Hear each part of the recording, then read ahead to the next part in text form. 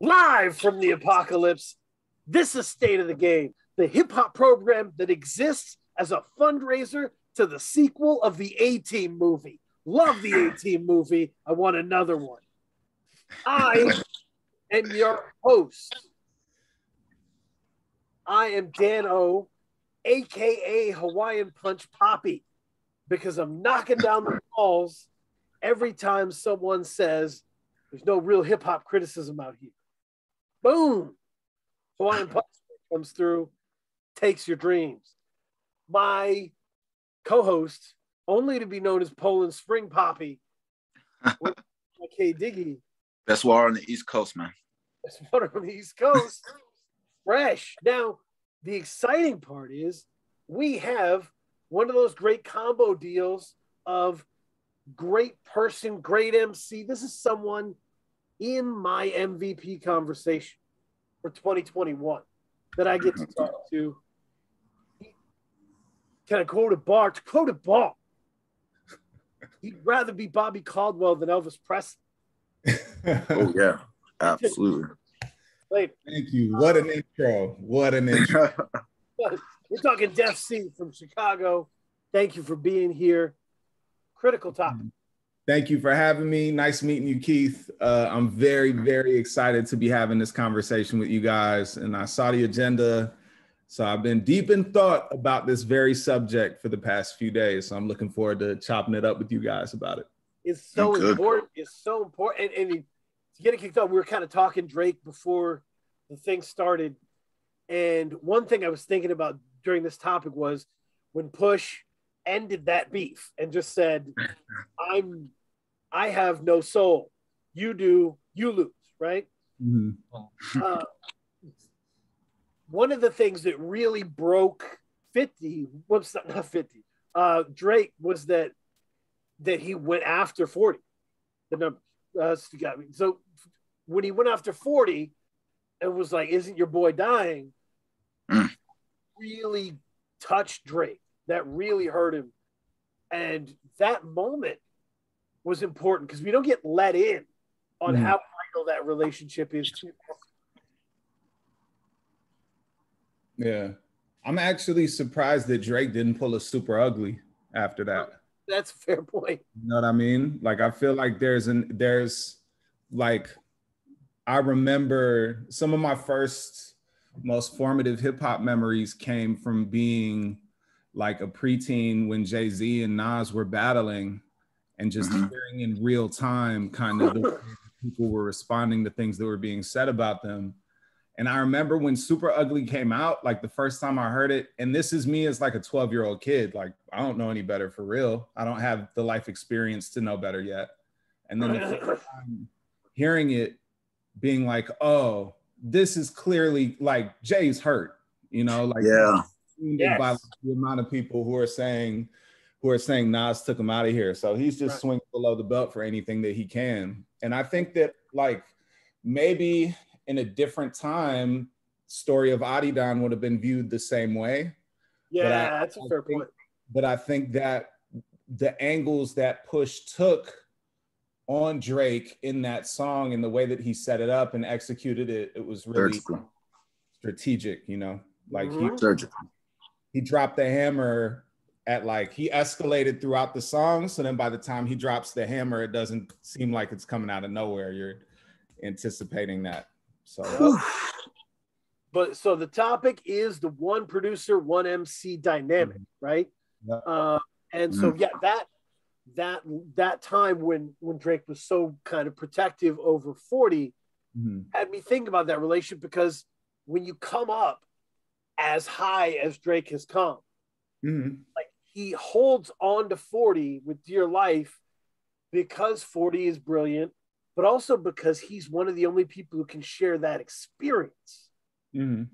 Right? It's almost like, you know, at a certain point in my marriage, I've been married 2,000 years.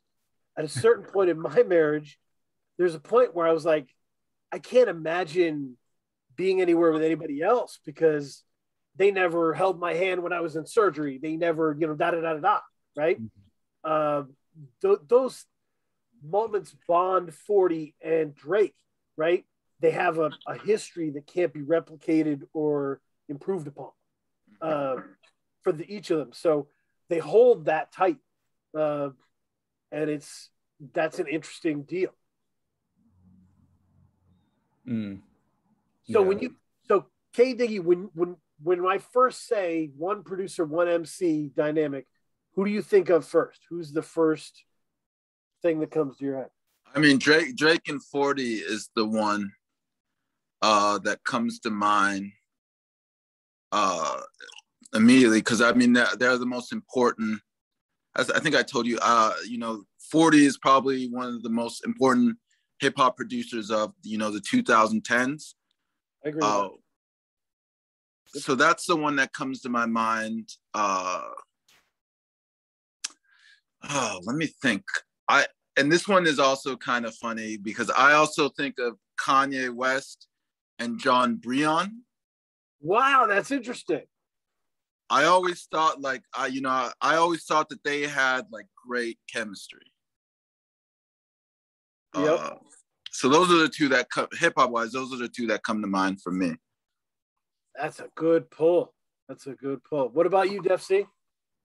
I mean, when it comes to people who have made multiple projects together, I think the first I can remember was like Prodigy and Alchemist, and that kind of being like a very, and like to a certain, well, Al has never produced a full album for Evidence, but like an outgrowth, obviously, of Alchemist's creative partnership with Mobb Deep. And then it turned into something that was more organic because those two already kind of had a working relationship. And so they decided to go off. And really, like, if you look at even up until P's passing, P and Al just had a very close symbiotic relationship.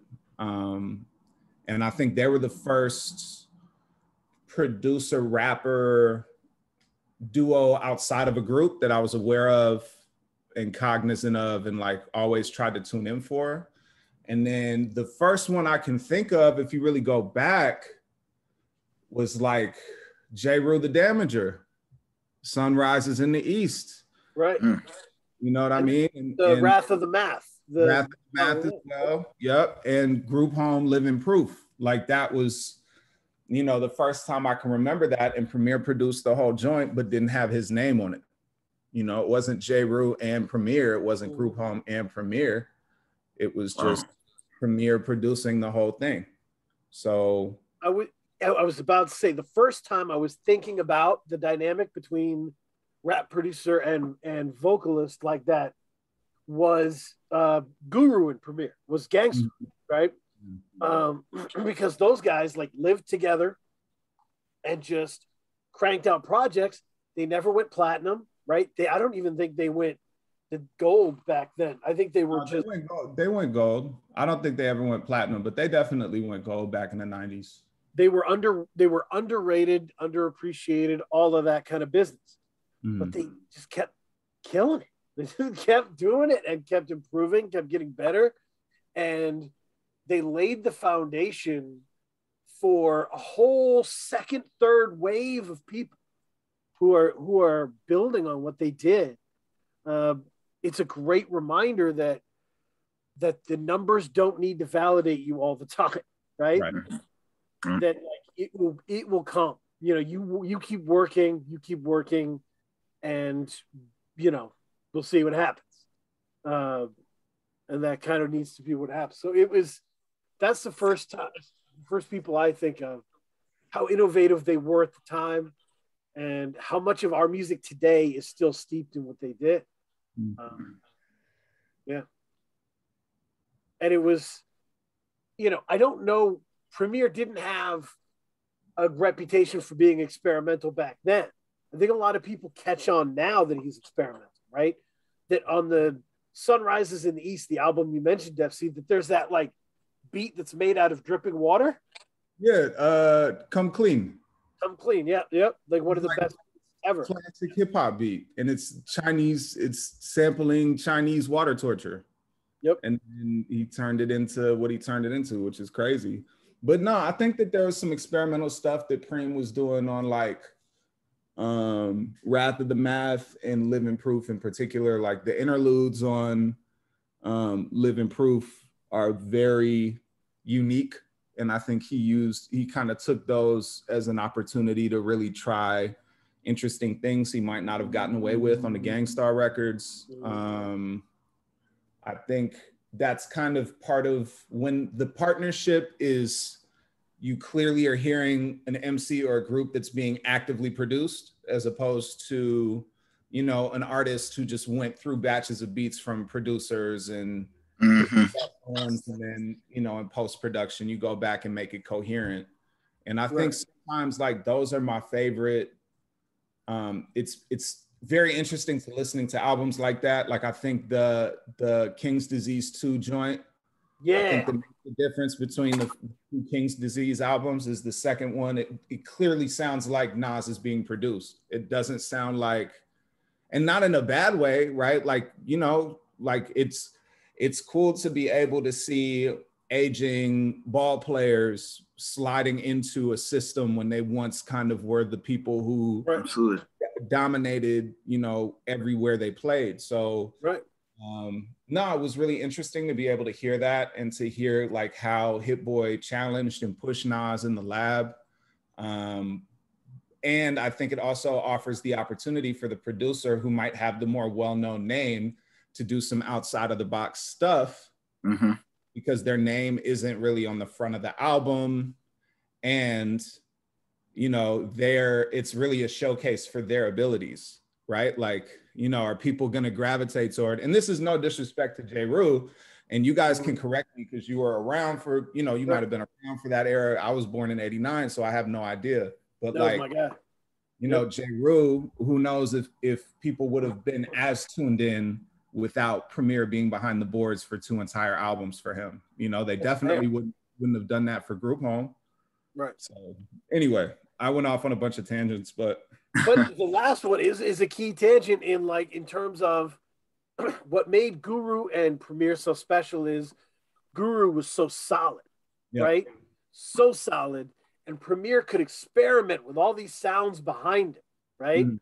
And you always could count on, like, as a listener, you never got lost because Guru was always leading you there, and that dynamic is a really good thing to build on.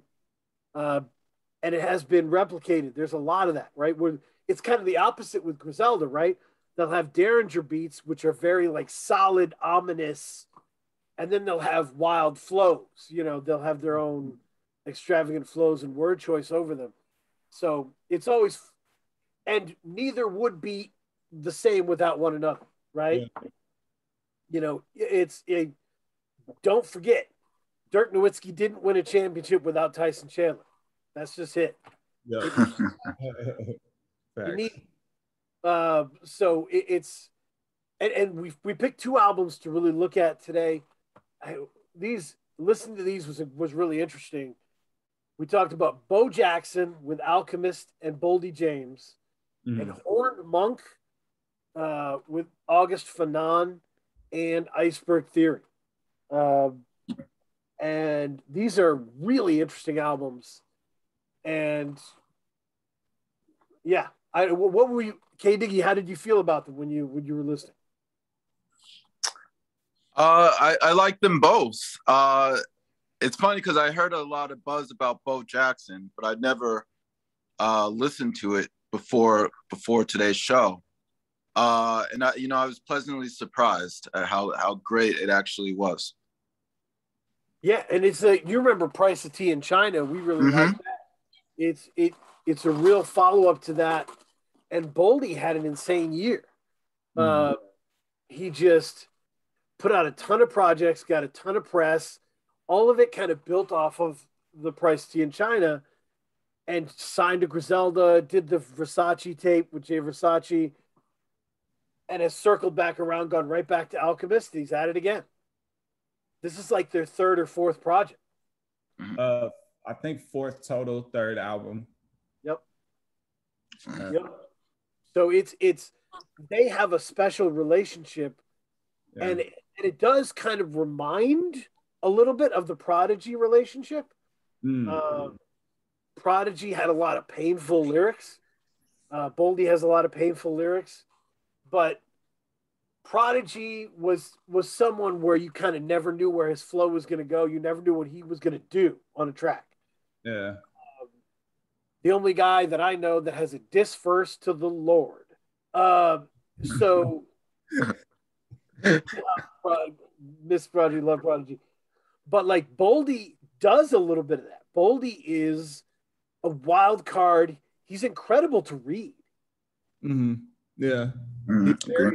And also like very similar in tone to Prodigy in terms of like the disaffected kind of like numbness of, you know, somebody whose face looks one age and their eyes look another, you know, like that kind of rhyming, that kind of like experience in the lyrics. And, you know, I think that that's something that like, I know people who don't rock with Boldy for that.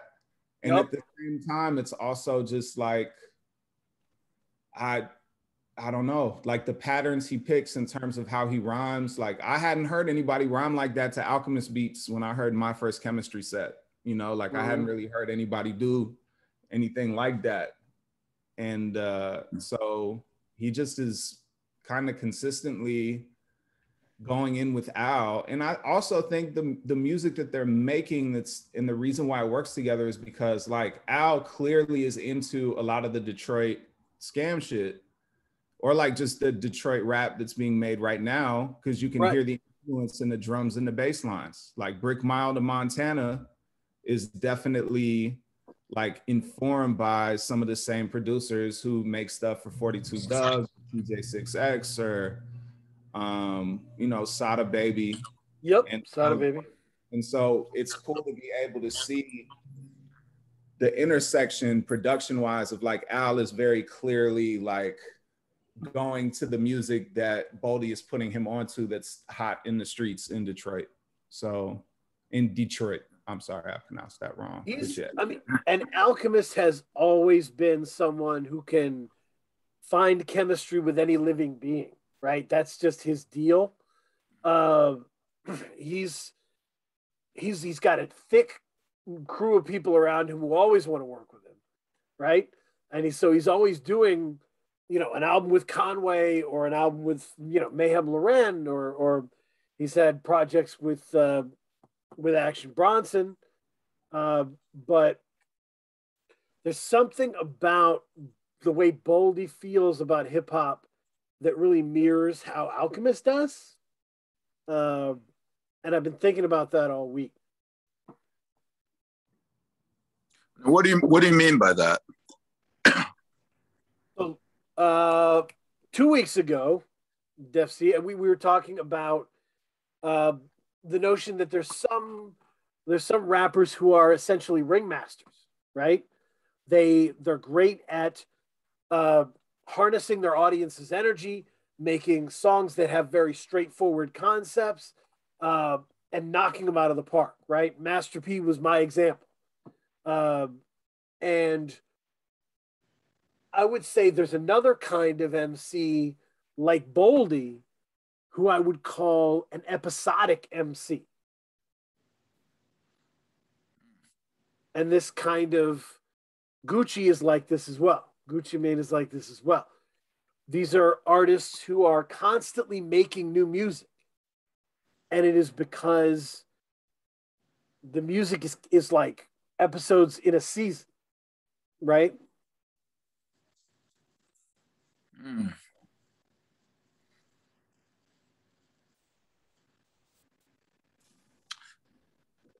Interesting. Yep. Yeah, no, to me, it's so an episodic MC is always releasing new work, and the audience, once they're tuned in, they're grabbing it all, you know? No, the episodes related, or like, what is the relationship between the episodes? Is it building up to something bigger? Yeah, yeah. There's usually like it feels like you're getting there. You're getting, you know, and that's honestly it does feel like that with Boldy.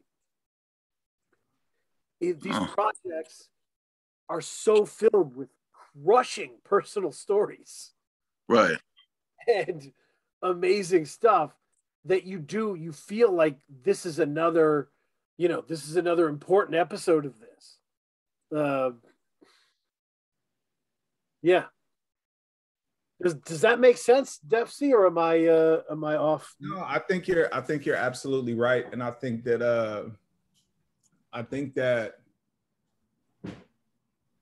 there's also kind of like that interesting element of what Alchemist has been doing the past 5 or 6 years, or like even really almost 10 now at this point, where he's kind of deconstructed his style, and then he finds different ways to kind of rebuild it depending on who he's working with, right?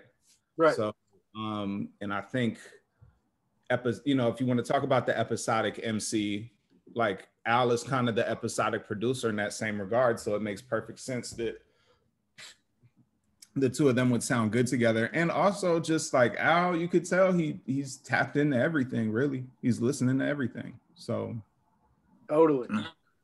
I would say, if you want proof of it, pull up the track list, pull up the Bo Jackson track list, right? And tell me, like, what is the single? What is the bang? I think First 48 Freestyle is still the single. That was like, that's so good, man. That song is amazing. Incredible song. I'm just saying, this feels like the most complete listen you can imagine, right? All these songs fit exactly together. When I listen to this album, I never listen to one song, right? It's always right through, because he's the opposite of a singles-driven person. Like, they're the opposite of that. Alchemist is so good at track sequencing and making albums flow and sonics flow. And Boldy is so, he's always on, he's always ready. So it makes sense. And it's the next track. Yeah. I mean, and I think that, but I do think that like First 48 Freestyle and then it being the last song on the album was really clever, because I was listening to that joint over and over again the 2 weeks it was out before the album dropped. Like in the car, like walking down the street, just taking the train, made everything in my life seem that much more epic. That's how ill the song was, right? And I think where they sequenced it in the album for it to be like the last joint, when you heard it in context with the rest of the album, it didn't sound like it was a throwaway or a bonus cut that they just decided to throw out first as a misdirection. It really felt like the album capper, you know what I mean? Like, this is what the entire record has built toward. And I think that that's part of their connection as well, is like, as an MC, you have to let go of a little bit of creative control. I don't know that if I make a song like First 48 Freestyle, I don't know that I don't try to put it at the beginning. Right.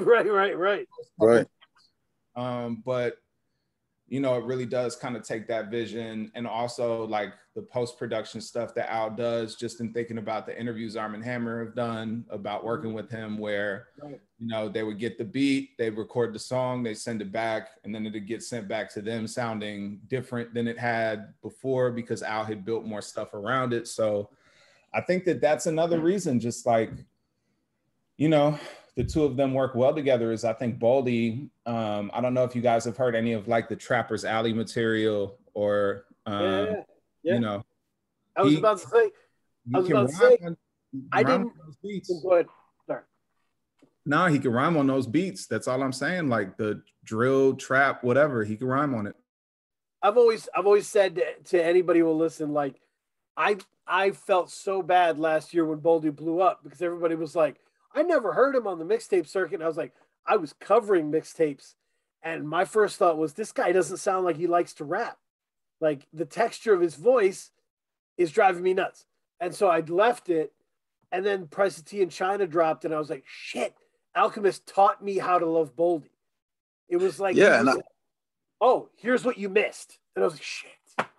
See, and I think that that's what a good producer will do. Like, if an artist a good producer will make the song that's the best version of you. So I think Boldy James, you know, trust Alchemist to produce something that sounds like the best version of what Alchemist thinks he can be. And that takes a lot of trust. And I did want to ask, because I haven't heard of any of mixtape Boldy James. What do you think the shift between, you know, his projects with Alchemist and, you know, the work that he was doing on the mixtapes? Like, how do you think those two compare? I think that the Alchemist stuff, he has said, if you read, because I read whatever interview Alchemist does, just because he's very like, that's kind of him, right? But he's never really on the radar for too long before he goes back into seclusion and makes the next. But I think from what Boldy was saying, it was a matter of like, he had kind of locked in with Al through his cousin Chuck English out in California. And then he and Al made the first joint.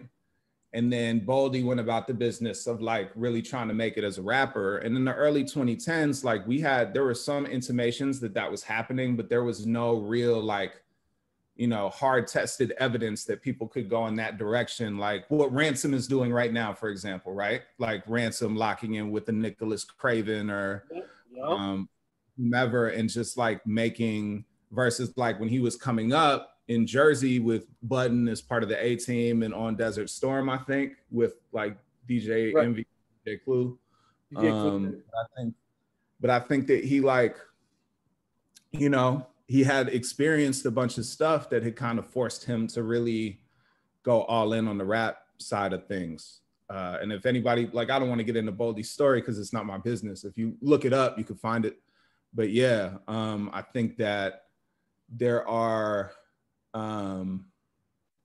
it was really cool to finally kind of see him lean into that process. But the rapping, as far as the rapping and the attention to the craft, it's really the same on everything he's done. He takes the same approach to every beat, and it works because he's that good at rapping. So yeah, no, it's I was gonna say the same thing, right? The game came to him, right? We have a different understanding of lyricism at this point than we did, right? Shout out to Rock Marciano, shout out to, you know, Grizel, shout out to everybody that came out and shifted how the underground valued lyricism. But Boldy was not on the radar for a lot of people. Just the texture of his voice wasn't exciting. Think about when it came out, the 2010s was heavy into ad libs. People were kind of discovering the magic of, you know, weird ad libs in the songs. And people were being like, who has the best ad lib? Jeezy? Or, you know, Kanye? People were like really doing, that was where people were at. So he didn't fit into that conversation. But in Ransom, same thing, right? Joe Budden, when Ransom started popping, Joe Budden said, I'm so happy that people understand how good he is now. Right? He's always this good. He was just sitting there, you know? And it's just different. And I think as an episodic MC, Boldy is always opening himself up where he is right now and giving that to you. And because he's always doing that, it is a continuing story. First 48, I'm glad you brought it up. First 48 Freestyle has the best opening verse, I think, on the album, right? It's all one verse. That's the crazy thing. One verse, one rhyme scheme. It's 2.5 minutes long. That's crazy. Crazy. But the opening lines we were talking about, as long as I woke up today, I do not have one complaint. Still sick from last night. I spilled my double cup of drink. Little Brody cracking cards. Everything been up to date. You doing fill-ups, half off. So shit, I just filled up the tank. On the East, we trapping hard. I just made a junkie faint.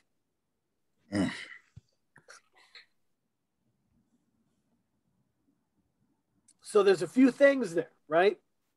Like, I've always been interested in first lines. First lines are really important to me, right?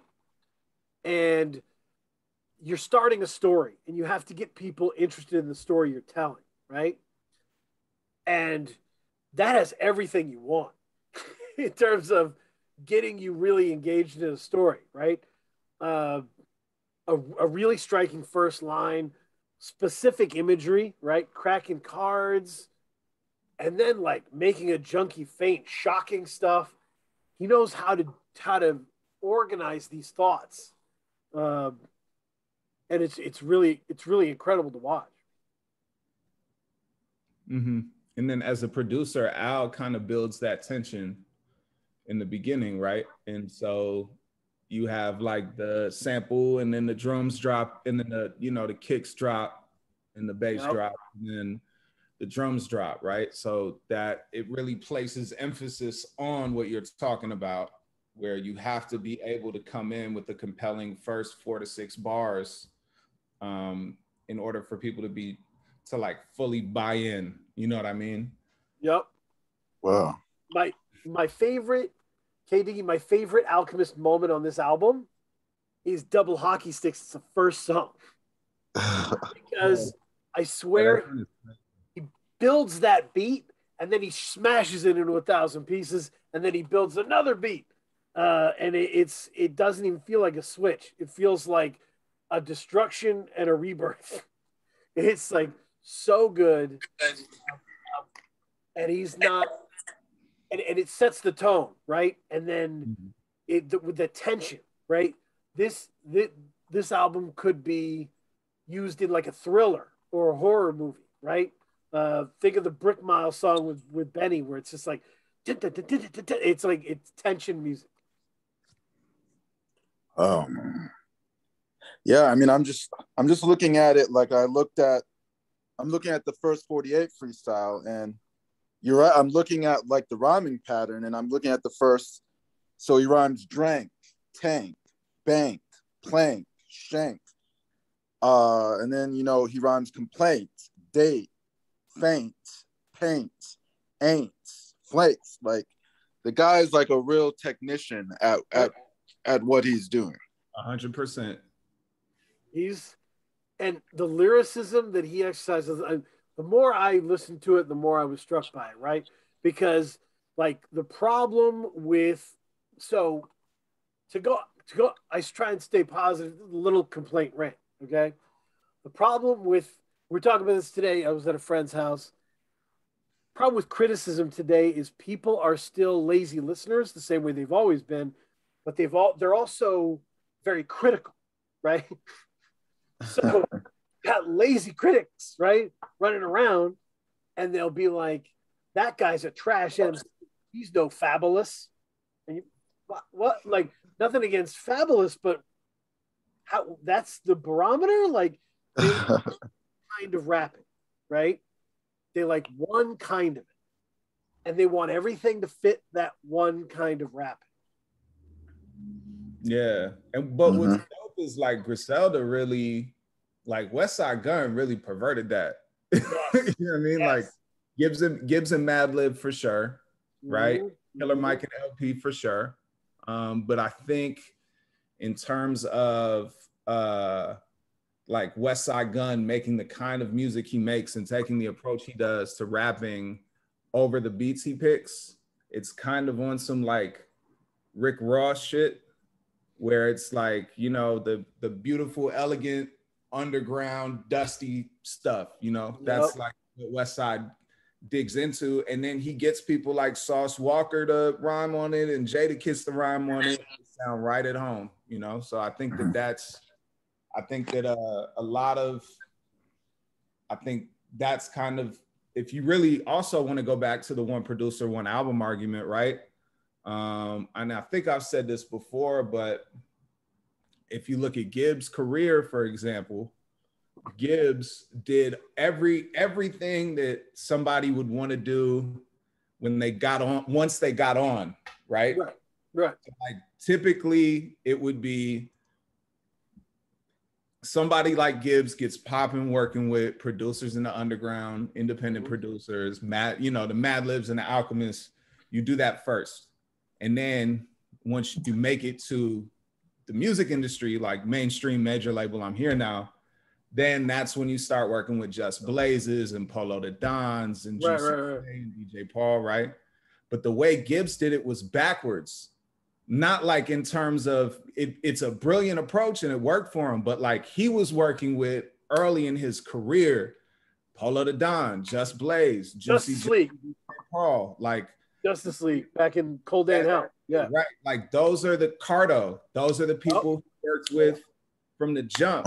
And then his 3 biggest albums, 2 of them are with Madlib, and 1 of them is with Alchemist. Like that's crazy. It's so ill because, like I said before, in the past it would be reversed.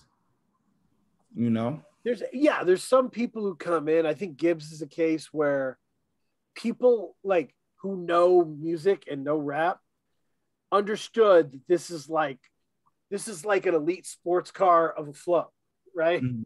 Like this is special, and you're gonna want this. You're gonna want to play with this over your beats. And so he could get anybody he wanted. People were just like, this is next level. But Boldy, Boldy's a little different because some people are bored with his flow. Some people are just sad with what he says, honestly. But he's so good at writing, you know? We're talking about story bars. We talk about punchlines. What the punchline thing I had was from Third Person, right? Said it's a stretch gang, heavy press gang.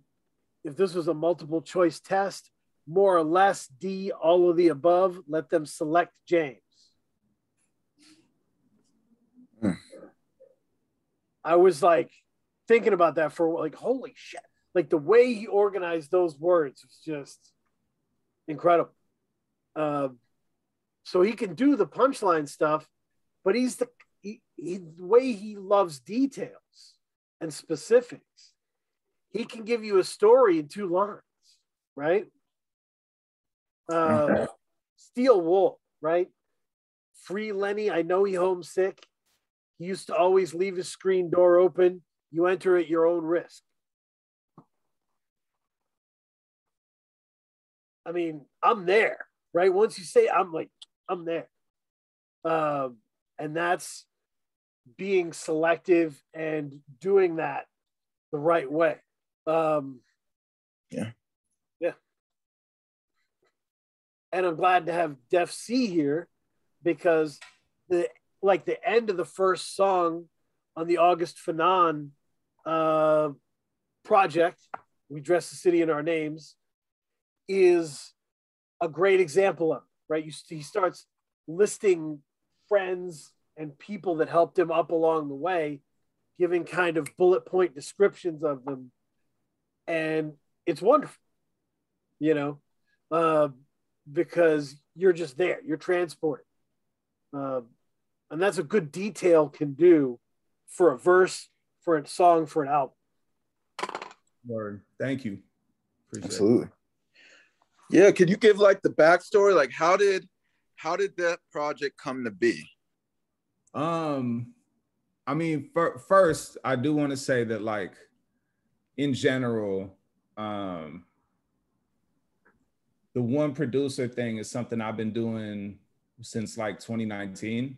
Mm-hmm. And I think it's just dope to be able to kind of like bring producers I really love kind of over to my side of what I do. And then for people to become familiar with them through my work. And then of course with Fanon, it was the first time where the opposite was the case. Like I kind of knew I had to knock it out of the park because a lot of people were going to be tuned in because of him. So I'm there for most people, you know? So I first reached out to Fanon at the beginning of like the lockdown phase of the pandemic in March of 2020. March 1. Mm-hmm. I was originally, and I'm sorry, if y'all need me to restart my Wi-Fi, let me know. No, cool. No, okay. But yeah, so I reached out to him initially to really do one joint, and then the conversation evolved to like, it was probably going to be more realistic to do 5 joints because he sent me 40 beats and I picked, you know, the 5 I loved, and I couldn't pick one out of the 5. It was kind of a matter of like, I either take all of these joints or I don't take any of them. So I took them all, and then kind of, you know, recorded the first couple passes before I got to the takes I liked the best and sent them through mixing and mastering.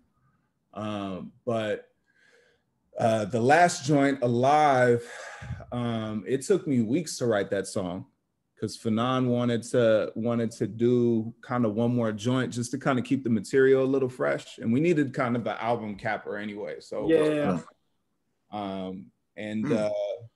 it took me weeks to write it, but he'd sent me another 20 beats, and I picked, that was the one out of those 20 that worked. It wasn't even that the other beats weren't fire; they were all crazy, but that particular beat had worked with the original 5 that I picked. Right. And so, yeah, I just kind of like, knowing Fanon was in the visual art, watched Style Wars, which I'd never seen before, just to kind of get some inspiration for the writing, really. And then as I was watching it, there were so many parallels between that scene and the scene that I came up in Chicago, the poetry scene, kind of, and youth hip hop scene in like the late 2000s. I think there were so many parallels between those two communities that I was like, okay, this is just going to be the base of the album. And also just in watching the movie and the way that it moved, like, was also clearly captured by those beats. So, yeah, I mean, I'm very fortunate. I think, you know, obviously with somebody like Fanon, it's kind of a risk, because you're working, like, he'd heard me rhyme on his stuff and he liked it, but he hadn't done business with me before. He hadn't, like, you know, really made music, just the two of us. And so I appreciated the risk that it took for him to be like, all right, cool, I'll work with you and I trust you when it comes to these joints. Yeah. So what was the draw? Like, you said that you reached out to August. What did you hear in his sound that you felt like either you connected with, or you felt like made you was going to bring out like an element of your lyricism? Word. So I'm a big fan of like the Mock Hami Haitian Body Odor album, which Fanon did most of the beats on there. Right. I was a big fan of the other work he did with Mock as well. Like, especially The Gat is an amazing album. And really beautifully produced too. I was a fan of the work he'd done with Iceberg Theory, so I really loved that. Dispatches from the Kali Yuga album, and the joint that which is the one I was on that I think came out, it was end of 2019 or end of 2020, I forget. I think that was end of 2020. Yep. Okay. You but the end of the song, yeah. Okay, but the song that I was on there, I'd been on for like years. You know, like I had a verse for that for a long time. So I was familiar with his work from all of those parts of the spectrum, as well as the work he'd done with Arm & Hammer, and Elucid. And so from there, it was just kind of like, okay, this might be a distinct possibility. I reached out to Iceberg, like, hey, do you think this would be a good idea? Iceberg kind of said, yeah. But the thing about Fanon's sound that drew me in is just like, I don't know, man, it's just beautiful. And I think when I work with producers, I want to know that they're capable of producing beauty like that. Fanon can do it all, right? Like Fanon, I think his work on Haitian Body Odor is probably the best example of it, where just you have super hard beats on one end of the album, and then middle of the album, super jazzy, bare minimalist, stripped down. End of the album, you have like some of the even harder chord joints, right? So just having that opportunity to really work with him and, you know, have access to so much quality music from a dude who's really like a genius at this shit, for real. You know, like I think that just like you had a bunch of ball players that were influenced by Julius Erving, who went on to become like Michael Jordan and Clyde Drexler and, you know, and Magic, right?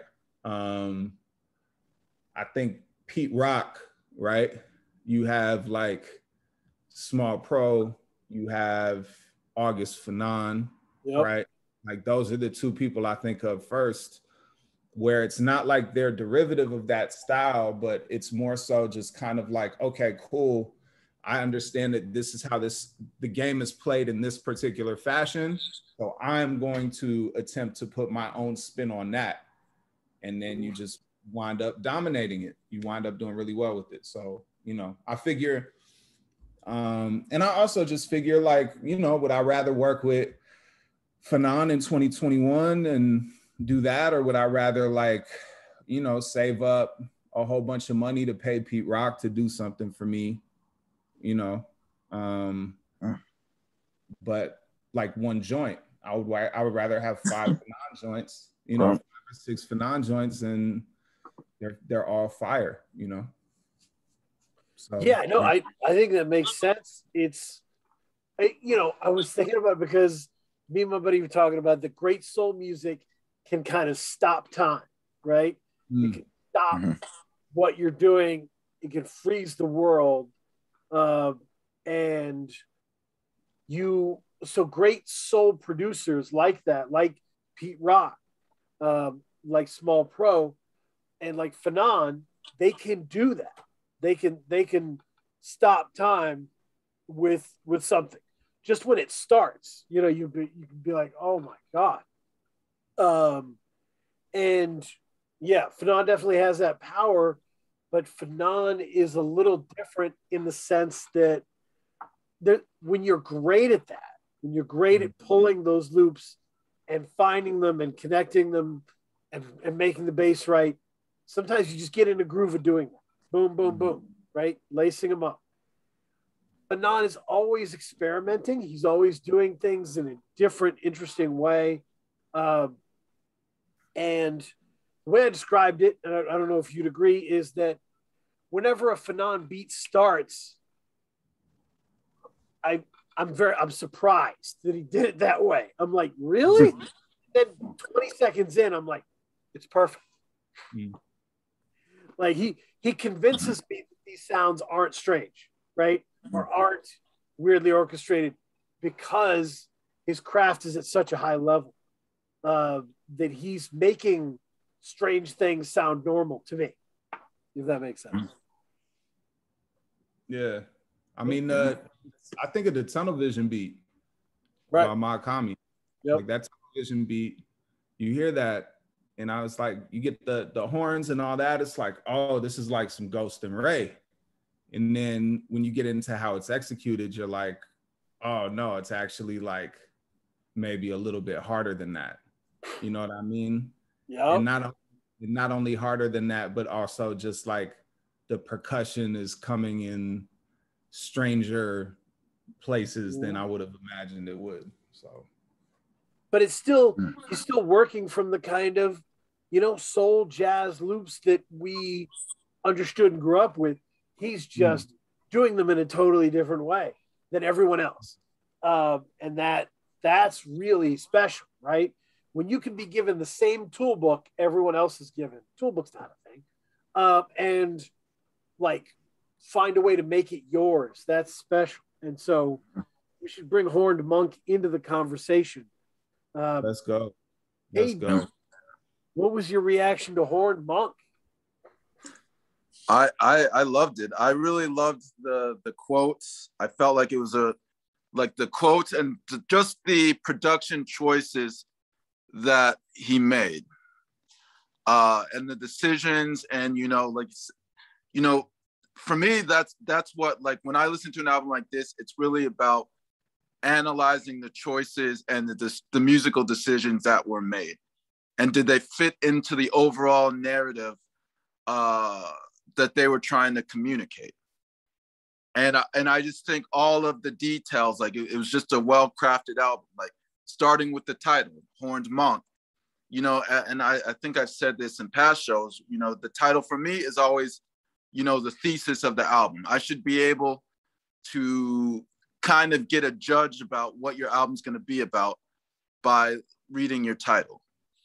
So, you know, they started with the thesis of Horned Monk, and then they went in, every song was breaking that down and supporting that thesis. So that just made the whole body of work, you know, not only every song, but every skit or every, you know, talk, every quote, all built to this one greater whole. And I really appreciated that. Yeah, I mean, that's the thing these albums have in common is like it's the same situation where this is a complete journey, right? You go from first song to the end, and that's that, right? There's no singles to really pull out and bump. You do this with him or you don't. And I don't know a lot of people who don't like Iceberg Theory. I just know a lot of people who don't, right? Like he's very specific. You know, it's a very specific thing. You can't pitch it to everybody.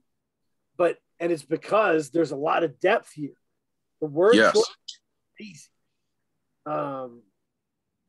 It's interesting. So, Defcee, what did you think when you first heard this album? What was your reaction?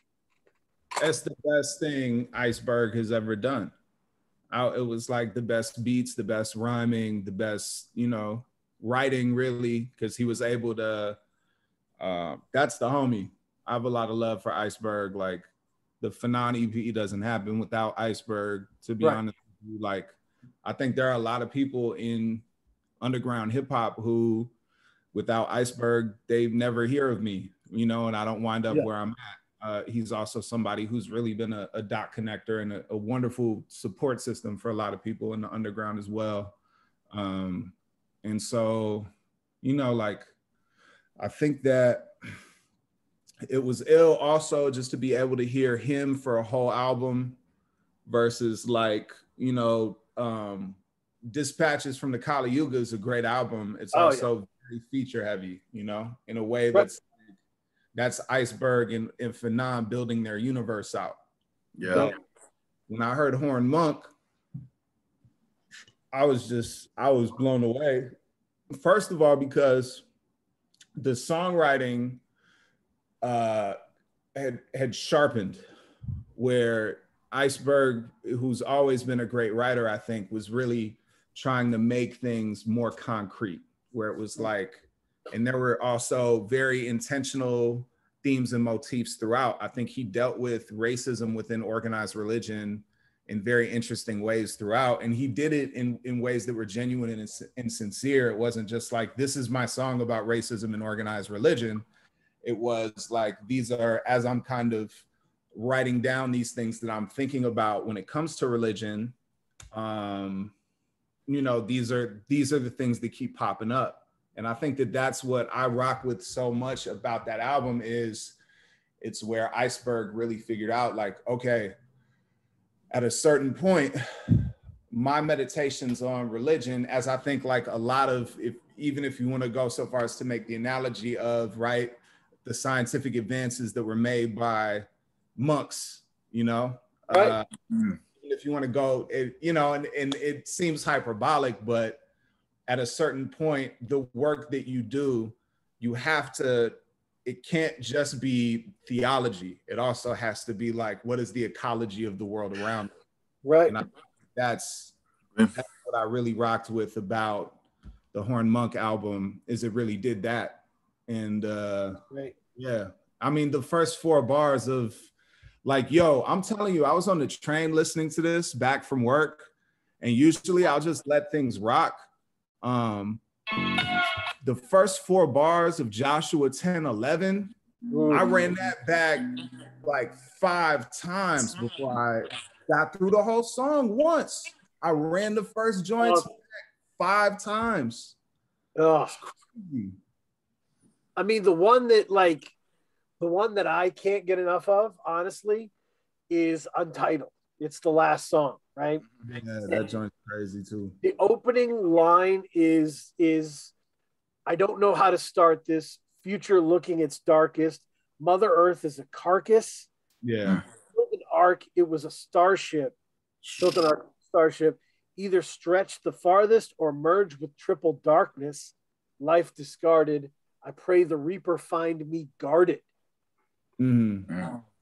Yeah. I mean, my first reaction, by the way, is I've listened to Horned Monk a lot, and it's made it impossible for me to listen to Kanye and his it's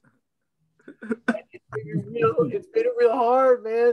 Like he's now because Iceberg, like Def was saying, anyone who's interacting with, he's an incredibly giving, humble individual, man. Like I when I needed a logo, I reached out to him because his cover art is amazing, always has been. Oh.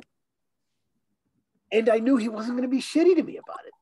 I knew he was going to be cool and like be nice. And he was super nice, gave me tons of cool people that I could look up and work with. And the second name on the list was my guy. It reminds me of a saying that Coltrane had. He said, "You play how you live." And I think, in this instance, you rap how you live. So if you're living a solid life, your raps are going to sound solid. You know what I mean? Right. You can tell, like Iceberg Theory he's living a solid life, and he's a solid dude, and that shines in the music as well. It carries over in his music. Well, and that honestly, it's to say like Boldy is obviously a chaotic life comes through, right? When people ask Boldy about his lyrics, he's like, "That shit really happened. I hit that guy with a bottle." Like he's like living in this swirling chaos, right? And he's like organizing, and that comes through in what he does. So you're right, you can kind of hear people in what they do. But I was doing a piece, I was trying to figure out how to do press for Horned Monk, right? I'm one of the few people Iceberg's done an interview with. He doesn't like interviews. And so we want to do something else.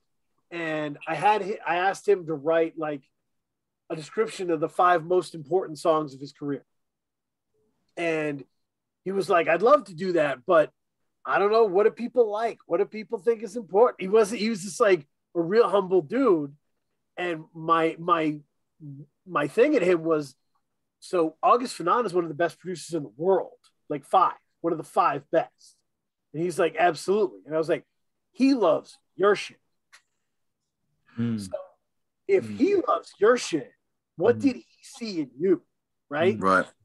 And there's a love there that is deep, right? In terms of Fanon and Iceberg and the way they think artistically. And it comes through on this one. Yeah. You can definitely, you can hear the admiration. I mean, that's in any good producer, artist or rapper relationship, you can hear the admiration that they have for each other. Like when Defcee was talking about, August Fanon, I could hear the admiration that he had for August Fanon. And that carries over, like that admiration carries over into the music as well. It's almost like that secret, like the secret element, like the X factor that no one can really put their finger on what makes it good, but that admiration is kind of like the X factor in these types of projects for me. And I also think too, at a certain point, like with somebody like a Fanon, you want to make sure that I'm not the name that Mark Hami is, right? I'm not the name that West Side Gun is. And so like, if I want my music to stand toe to toe with the best music he's produced, I need to bring my A game. I can't show up with anything less than that. Right. And this was like the first time I sat down and worked on something where that didn't intimidate me. It inspired me.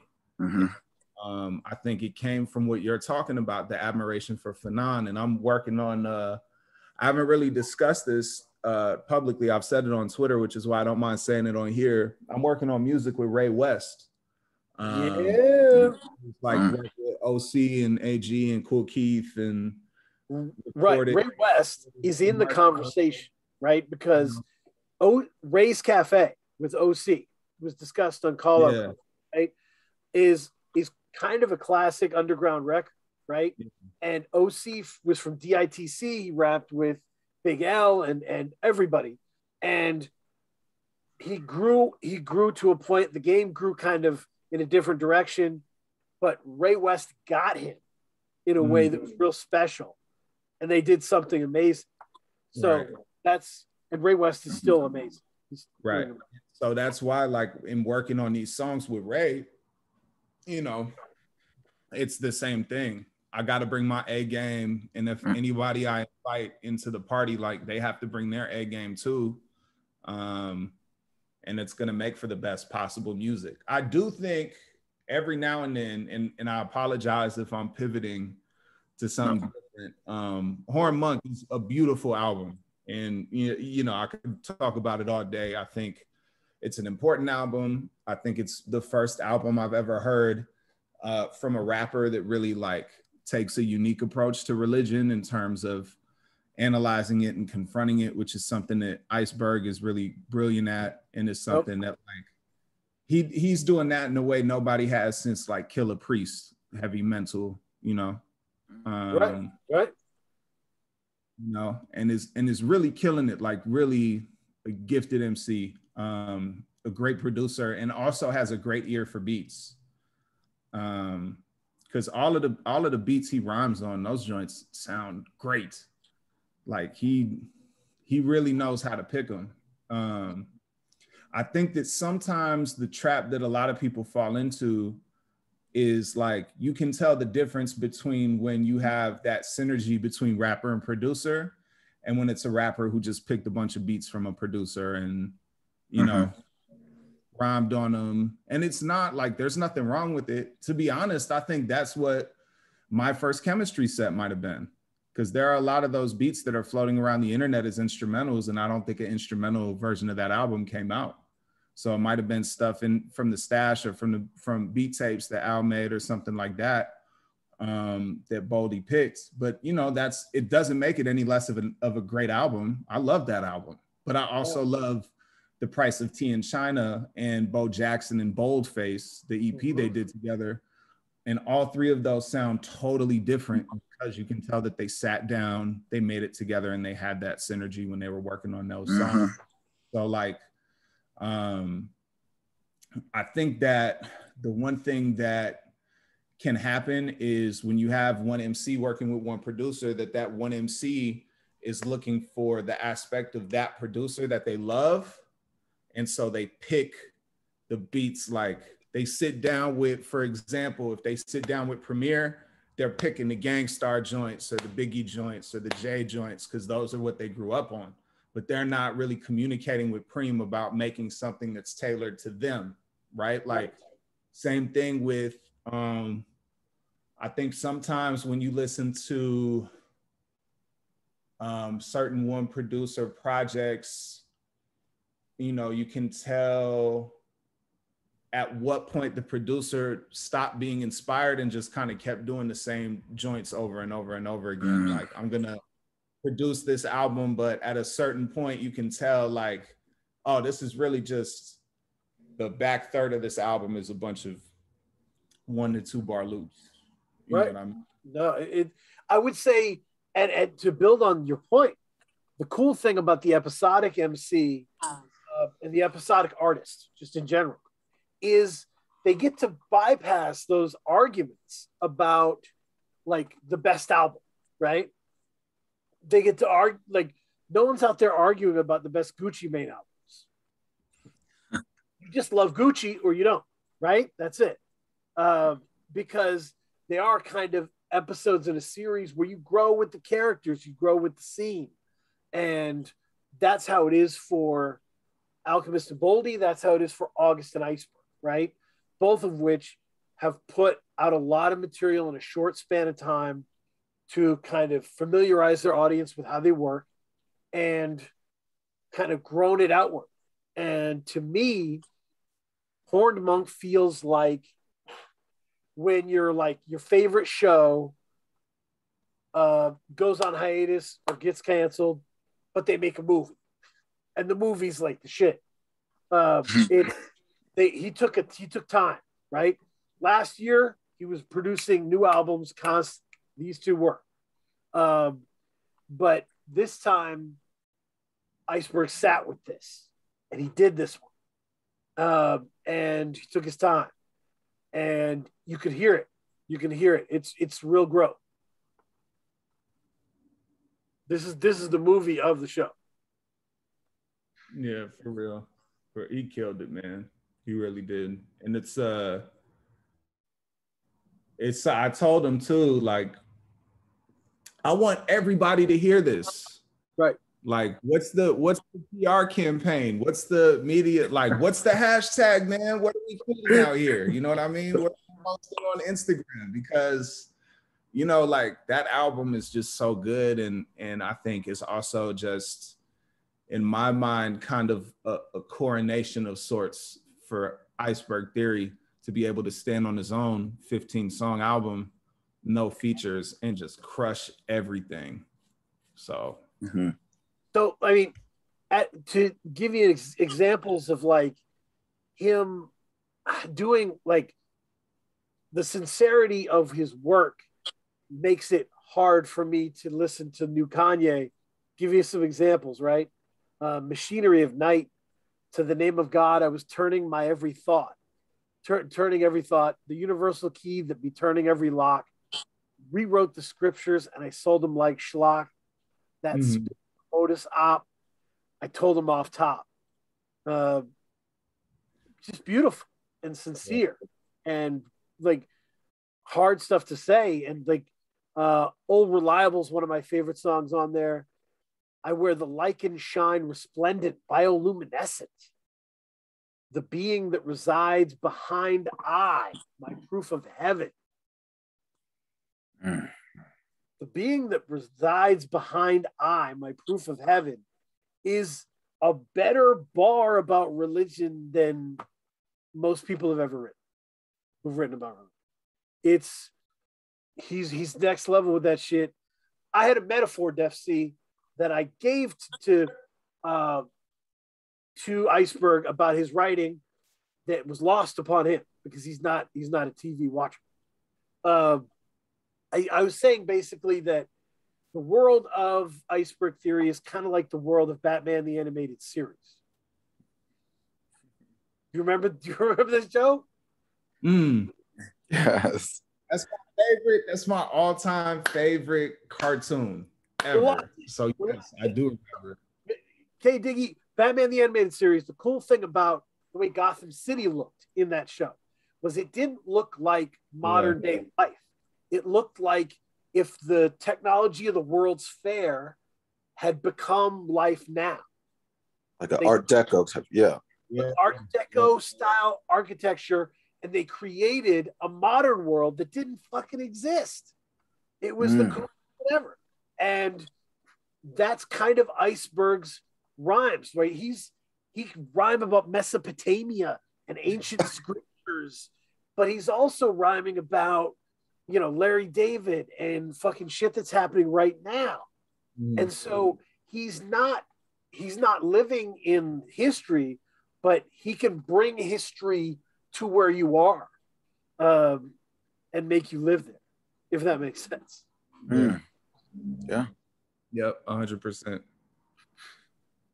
And that's just, he does work that people just aren't doing, you know? Before commandments needed to survive ethically, recollect the scribe endlessly, Elias memory, pious enemy, come from a vile pedigree, right hand path, Neanderthal tie genetically, eventuality is fated in the confines of destiny. It's, yeah. I'm telling you, man, that's end to end, writing wise, can't get much better than that this year. So shout out to Iceberg, man. You definitely, you're in your glow right now, man. Absolutely. And I was talking about size of albums, right? Size of albums is a big thing we talk about. Where like there's albums that feel big, right? They feel big and important, and there's albums that are tiny little albums, but they're tiny little diamonds, right? Mm-hmm. Horned Monk is the tiniest little diamond. It is so. If you discover it and you really enjoy it, it's yours and it's beautiful, you know. Mm-hmm. And those are really cool albums to have, where you don't feel like anybody in the world knows this but you. Mm. And that's like the Come Up for Ka was like this, right?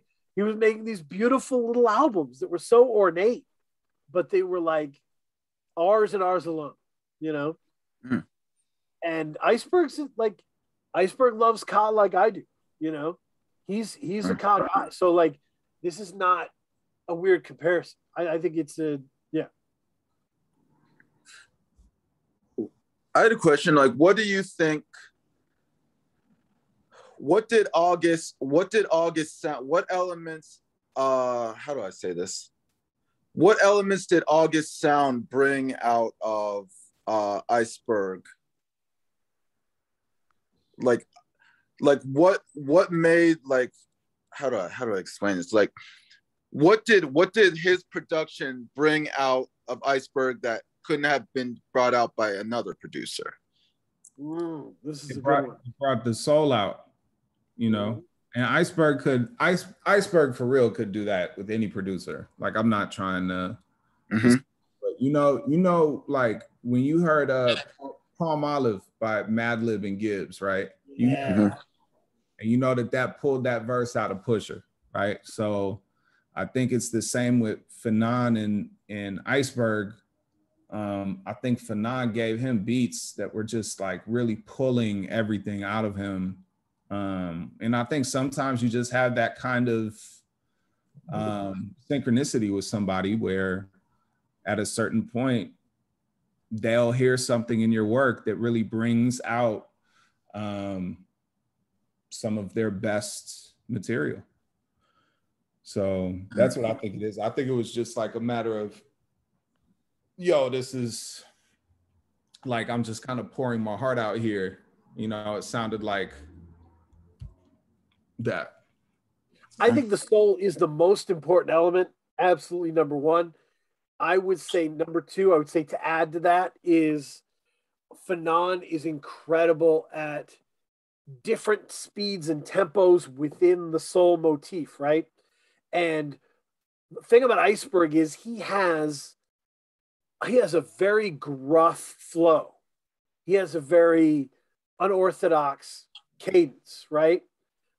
It took me a while to get into it, especially since the words he's using are so like he's winning Scrabble every time, right? Bioluminescence shit. So you have to be listening, right? So Fanon's speed and tempo abilities mixed with the soul is like the perfect backdrop for someone like Iceberg, who is so sincere, but has such like a I don't know, straightforward, gruff delivery. Would like that. It both contrasts and fits at the same time, if that makes sense. Yeah, it makes perfect sense. Absolutely. It makes perfect. That's my shit. I mean, it's important. It's kind of like, you ever heard? What was it? Nope. No, I was just saying the relationship, the one MC, one producer relationship is super important and it's such a human thing. And I feel like when I was growing up, most of the talk was about bands, you know, Nirvana, Soundgarden, right? Groups. And with hip hop, we had these, we started to have these people standing together alone against the world in cool ways, right? UGK selling stuff out of their trunk, right? Just like them against the world. And that started to become hip hop's personality, you know, extroverted personality of just like, fuck you, we do this ourselves. Yeah. But I also think though there is a tradition of in music genres that are not hip hop, there's still a you know, tradition of one producer, one artist projects where said producer, right? So I'm thinking of Thriller and Quincy Jones. I'm thinking of American Recordings and Rick Rubin when he was really trying to pull Johnny Cash back into the fold in the mid 90s. Yeah. I'm thinking of like, you know, even and it's, I know it's not the most celebrated music in the world, but like the album Easy Mo B did with Miles Davis, which was like the last Miles Davis album, right? Like, you know, like there's even stuff like that I think is interesting. DJ Shadow and Uncle, you know, like, you think about it, those things were happening in other genres of music, and Gorillaz did the same thing, right? Where like there was a special kind of one producer guiding every Gorillaz album. So I mean, I mean, it's. I'm sorry. It's interesting to think about the dyad relationship there, like across these different genres. Last night we were looking for a movie to watch, and we jumped. I hadn't seen Rocket Man, so we watched Rocket Man. And I told my wife, I'm like, I'm in here because I want to, because of the relationship between Bernie Taupin and Elton, right? And that's one of the most important like relationships in rock in terms of they kind of changed sexuality in America a little bit, because Bernie Taupin was this super heterosexual dude raised on cowboy movies, and he was writing these songs about street fighting and hookers, and then he would give them to Elton, and Elton would just, you know, sensationalize them up, man. He would get in the duck outfit and he would make it big and make it snazzy and cool. And like, it totally challenged and changed the perception of these kind of male gender roles, right? And that relationship made people think and even subconsciously change things, right? But it's an interesting relationship to watch over the 20 years, whatever they had in the movie. So it doesn't start with hip hop. It's been there. Absolutely. But hip hop kind of orients around it a little bit, right? Yeah, I mean, even looking at the you know, the co-headliners now, right? It's not just the rapper's name on it, and then on the back of the album, all songs produced by. It's the rapper and the producer, and I think that's a welcome change because it wasn't Michael Jackson and Quincy Jones. It was Michael Jackson. You know what I mean? It wasn't. You know, it wasn't Johnny Cash and Rick Rubin. So no, that's important. And one of the ones that I hadn't thought of, Zilla brought it up when I told him about the show. He said Killer Mike and LP, right? Because when Killer Mike and LP first linked up and they were dropping amazing shit, all the interviews were about that friendship, right? They were all about how that friendship came together, how cool it was that they had discovered their friendship. And it wasn't like, oh, we love friendship, because the internet doesn't love friendship. It loves you falling on crates. We love geniuses being friends. That's what right? Yeah. I mean, I think of it as, you know, like a buddy cop film. Like you think of a Rush Hour, people aren't tuning in to Rush Hour for like the action or whatnot. They're tuning in because they want to see the interactions between these two people from different worlds. And they want to see how they interact and how each of them views, you know, the situations that they get into. Right. And I think with a lot of these, you know, one producer, one rapper, people are tuning in, and this kind of goes back. Well, I won't say that. They're tuning in because they want to see that chemistry. They want to see the chemistry of two people who are excellent at their craft, and see what that chemistry produces. So that, I mean, that's like the draw. That's the draw for people, to see two unique personalities come together to produce something new that they wouldn't have necessarily been able to produce on their own. Yep. And I think what I said in the breakdown was, I think two people can get to what an album means quicker, right? If you're just getting a bunch of beats from a bunch of people, yeah, it might take a while before you know what your album means. So you may never know what it means, right? You may just put it out.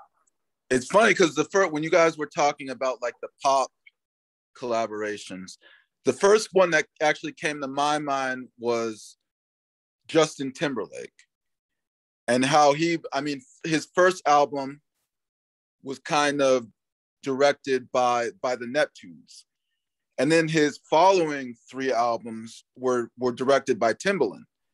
And those three albums, like we'll go two. Future Sex Love Sound and the first 2020 Vision were considered very acclaimed albums. But then the last album that he what was the name of the last album? Man of the Woods. When he kind of went back to, okay, I'm gonna pick beats from everyone and then we'll see what happens. That was his worst album. So that just speaks to having, if you have a great producer who can give you his vision and of what your talent is, you're in a much better place. Right. And what's crazy about that first Justin Timberlake album too is all of those songs were songs the Neptunes wrote for Michael Jackson. Justify. Yeah. They got rejected. So like that's an example of like, okay, there's a difference between, the Neptunes bringing that kind of perspective to Justin Timberlake and then essentially blowing him up as a solo artist. Absolutely. And then Timberlake going in there and building a sound with Justin Timberlake and building music with Justin Timberlake. So, and it seemed like his superpower back then was he was a smart guy with great voice, but he was adaptable, right? This is somebody who could do a Lonely Island song and kill it, but he could also do like a Neptune's Michael Jackson song and kill it, do a Timbaland song and kill it. Like he could come to play, right? Come to the studio to play. Like let's throw ideas out. Let's see what we can do, right? And a lot of people can't do that. They can't. They're locked into what they do. So it's just interesting to see what in people is so special about other people, right? Like I was thinking about this. I know that Alchemist and Bronson have a great relationship and a love, but I don't think they'll ever have what Boldy has with Alchemist. From a musical perspective. Oh, 100%. Because there's something about like both of those people are grinders, right? Like life is full of hard, monotonous work, even in the creative sphere. Dark times where it's just you tightening up stuff or pulling stuff out of your butt. And those guys are built for the grind. They can grind all day. And I think that's something that they really enjoy about each other. Yeah, but I also think that like Bronson is not that artist. Right. Like he's not and I think Boldy, not in turn, and that made it sound like I was shitting on Bronson. More in terms of like you're going to Bronson for one specific thing, which is the charisma, the personality. Every now and then he's going to say a bar that's like off the wall but works perfectly, right? Like you're not necessarily going to him for that pain that you get from Boldy or like Prodigy or whatever, right? So I think the music is reflective of that as well. Where Bronson's a guy who I think he takes his craft seriously, but doesn't take himself too seriously or his story too seriously, and really doesn't ever kind of use the music as an opportunity to get into personal narrative versus like, you know, that this is therapy for Boldy. You know, there are just certain artists, you know, when you hear their music, the intention is different. So I also think that maybe more of, you know, Bronson and Alchemist's friendship is readily apparent in the music versus like Boldy and Al's friendship is not necessarily as reflected in the music, because it's more so like, it's less of a, I'm making music with my buddy, that's part of it, but it's also something a little bit deeper than that when it comes time to really analyze the content of the music. You know what 100%. I mean? I mean, it's, and I think if we were talking about MCs and the kind of MC Bronson is, and to be fair, K Diggy loves Bronson as far as I know. I love Bronson. Bronson's great. But I think he's an artist to the unbound function, right? The artist to the unbound function is an artist who doesn't really care about consistency that much. They don't want to build on the last project. They want to throw that away and do something totally different. And Bronson's done that a lot, to give him credit. Mr. Wonderful doesn't sound like any of the mixtapes. It doesn't, you know, he's always throwing himself in a different direction because he would be bored if he didn't. Right. And he's not episodic in any way, shape, or form. So I think that those guys, yeah, you're right. It's just different musical DNA. Yeah. It's good stuff. Are you now? Don't go breaking my heart here. Defcee, are you indeed making an album with Solar 5? Is that really happening? I mean, we got to talk about it. Solar, I mean, it's years down the line from even starting work on it, to be honest with you. Right. I have a lot on my plate that I still need to wrap up in a couple weeks. In addition to just kind of like some personal life stuff that's really good, but also is going to require like, you know, a lot of shifting priorities. But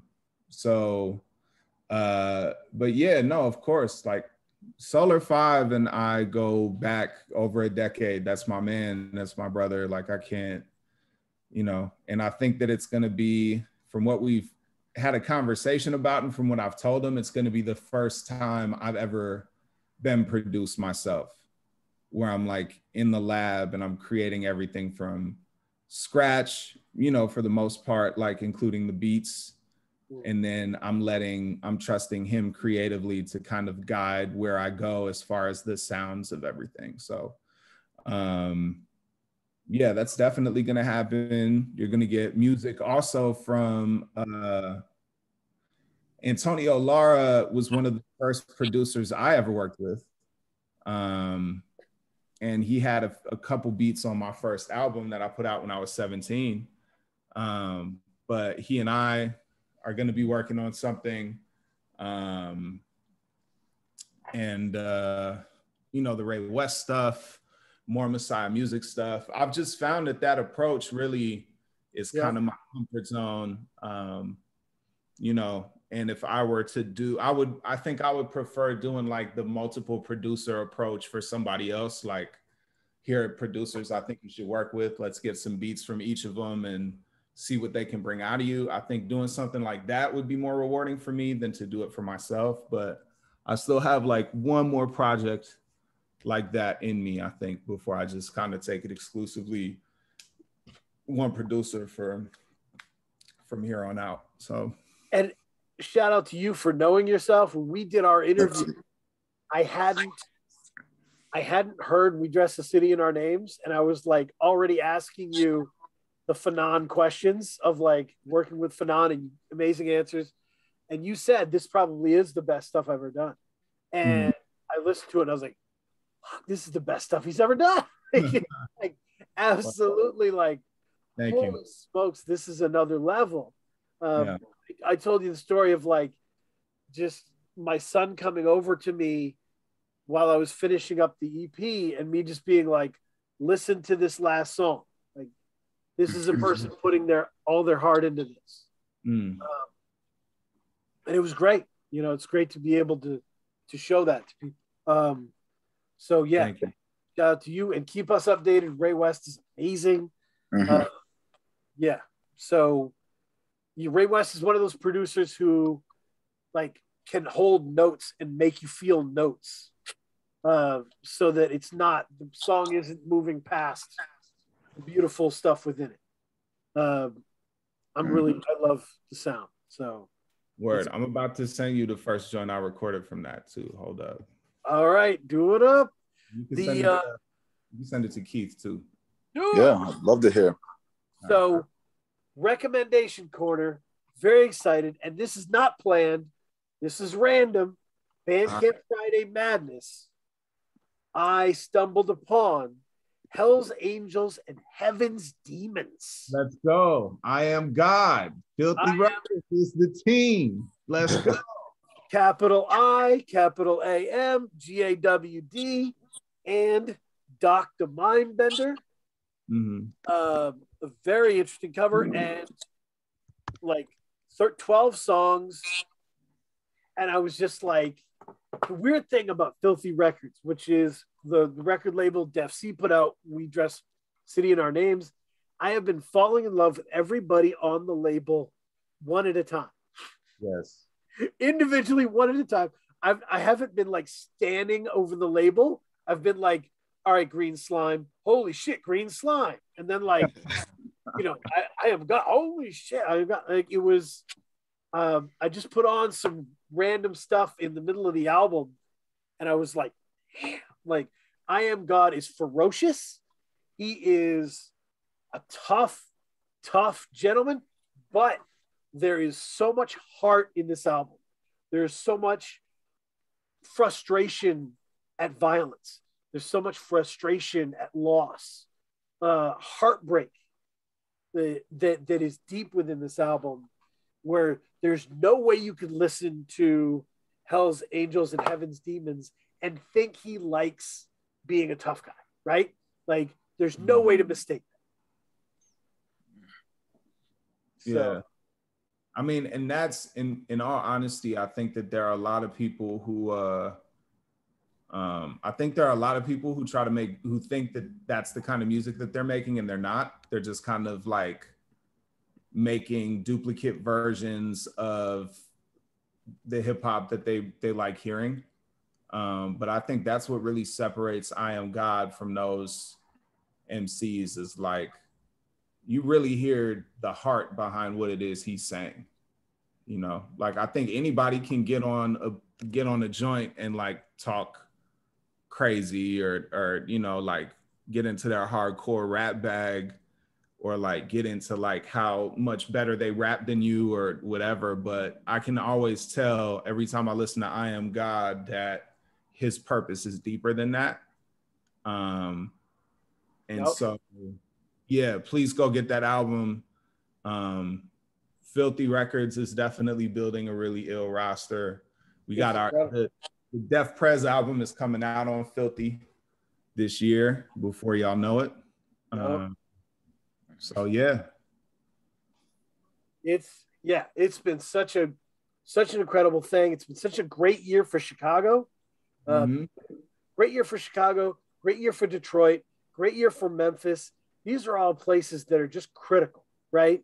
They have different personalities. They do things differently, and so many flavors in the pot. It's so great to have that. And obviously New York being back in a big way. So the underground is loving it right now. So that's really good stuff. K Diggy, any recommendations? No adult film. Keep it out of the adult film. None. Yeah. Nah, go ahead. I interrupted you. No, go ahead. Defcee, do you have any recommendations? Do you have any for the people? I'm going through. Bandcamp was amazing. I got some crazy stuff. Yeah, man. I wish Ed had come at the middle of the month. There's a joint. There's a rapper from Montreal named Narcy, who used to go by Narcissist. N is in Nicholas, ARCY. And he has a song with Ransom produced by Nicholas Craven. It's called Big Body Benzes. That's crazy. That's on like DSPs, but he snapped on that. And then I went back recently and revisited. I'm like a big battle rap nerd. Right. And so one of my favorite battle rappers from Canada is this dude, Lo Pesci, who is in a group called OG Hindu Kush. And Lo has an album on Bandcamp called Good Times 2. So Lo Pesci, like Joe Pesci with an L where the yeah, called Good Times 2. That's super dope. Whoa, I didn't know. I just looked up his new album or project. It's called Meme Against the World. Yeah. It's on Colors of the Culture, which one of my favorite underground producers, thanks Joey Crates. Oh, word. Nico is. I love Joey Crates. I love Thanks Joey. So I will definitely be checking that. That's awesome. That Narcy and that Lo Pesci for sure. Lo Pesci is somebody else who's from Montreal, but that Good Times 2 album is really dope and actually has a couple of Narcy verses on there. Is the two TOO or like the number 2? Good X number 2. Oh, okay.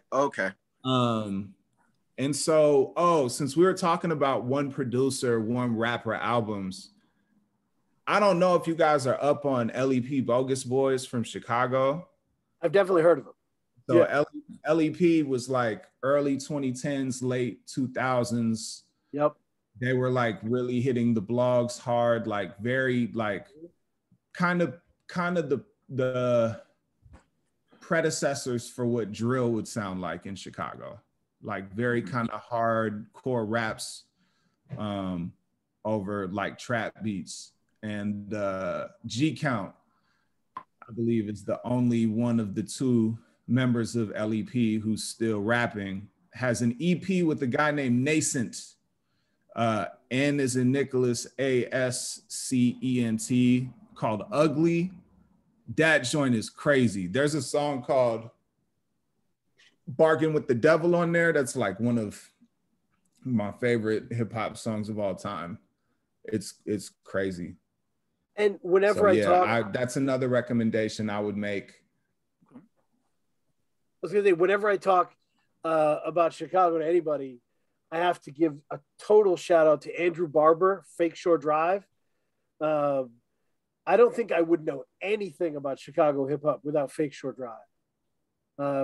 As somebody in Maine, that's where I learned about all this stuff. LEP Bogus Boys, Dirk, Chance. That's where I knew all these cats from. So yeah, for me, it was huge. Shout out to him. Word. Yep. Shout out to Andrew over at Fake Shore. But yeah, all of those, I would recommend people go check out all of those. Those are some joints I've just been revisiting lately. I think everybody is already kind of talking about the West Side Gun joint, which is fire. Definitely the best, in my opinion, installment in that particular series. The production is crazy. All the guests went off. His Spoons is like one of those beats that is so good it makes you want to cry. That joint is crazy too. So yeah, I mean, those would be my recommendations, a couple of older things and a couple of newer things. Yeah. That's awesome.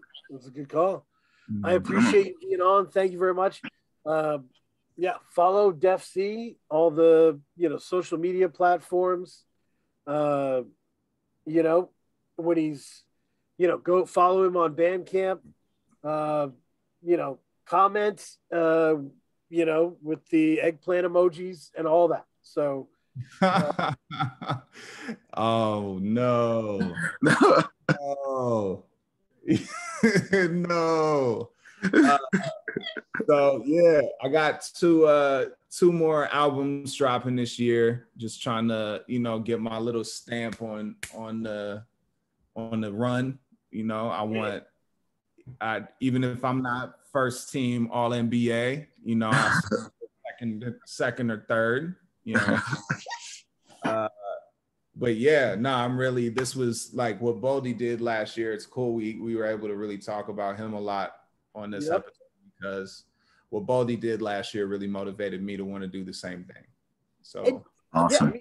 Yeah, that's probably a great point. Is like, we talk about Rock Marciano all the time, of like when he had that year where he released everything, right?